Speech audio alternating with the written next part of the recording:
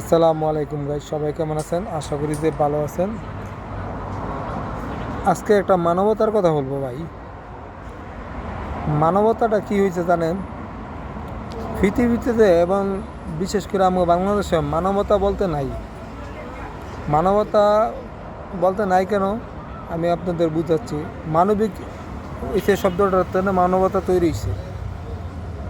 তাই যে মানবিক শব্দটাতে মানবতাটা তৈরি হয়েছে, সেখানে একটা ছোট্ট একটা কাহিনী বলি। আপনারা আমার ভিডিওটা পারলে লাইক কমেন্ট করবেন, শেয়ার করার দরকার নাই। যদি শেয়ার জরুরি মনে হয় শেয়ার করবেন, তা আমি জোর করে করব না যে শেয়ার করেন ভাই।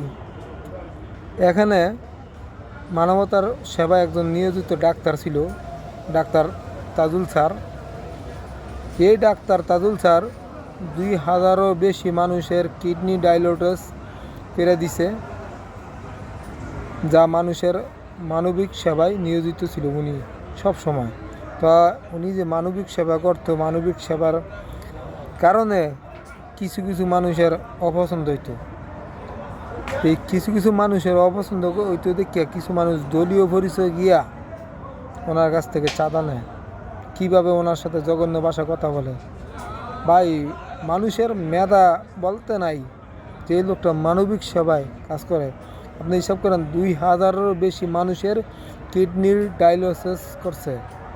সেই মানুষটার সাথে কী ব্যবহারগুলো করছে, চাঁদা চায়, চাঁদা দাবি করে, ধিক্কার জানায় বাংলাদেশ।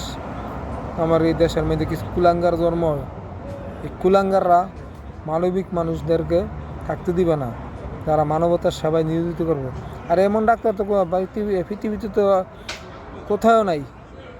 এমন ডাক্তার পৃথিবীর বুকে কোথাও নাই। ওনাকে আমরা ভালো করে চিনি, উনি ভালো একটা দক্ষ ডাক্তার। ডাক্তারের সেবাই তো মানুষের সেবা।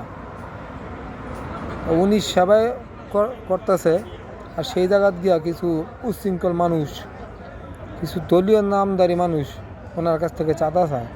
তো আশা করি যে অবিলম্বে এই চাঁদাবাজদের বিরুদ্ধে, আমি আগে থেকে বলতেছি, এই চাঁদাবাজ সিন্ডিকেটকারী যারা আছে তাদের বিরুদ্ধে আমরা সোচ্চার থাকব। যেখানে চাঁদাবাজ সেখানে গণপিটুনি হবে। সবাই ভালো থাকবেন, দোয়া করবেন। আমার পেজটা আপনারা ফলো করবেন, বেশি বেশি লাইক কমেন্ট করবেন। সবাই ভালো থাকবেন।